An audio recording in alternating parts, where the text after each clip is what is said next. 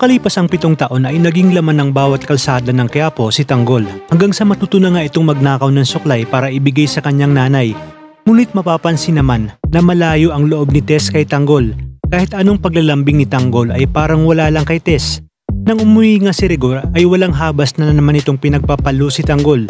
Buti na lamang ay laging to the rescue ang kanyang lulay.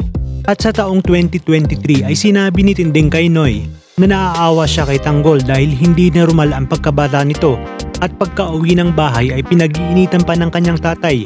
Kaya sana'y magkaroon siya ng magandang kinabukasan. At matapos magdasal ni Tanggol sa simbahan ng Quiapo ay sinabi niya sa kanyang sarili na sa mundong masalimuot gaya ng Quiapo, pakikibaka sa buhay ang kailangan harapin sa araw-araw para lang mabuhay at kailangan matutong dumiskarte at huwag magpapaapi.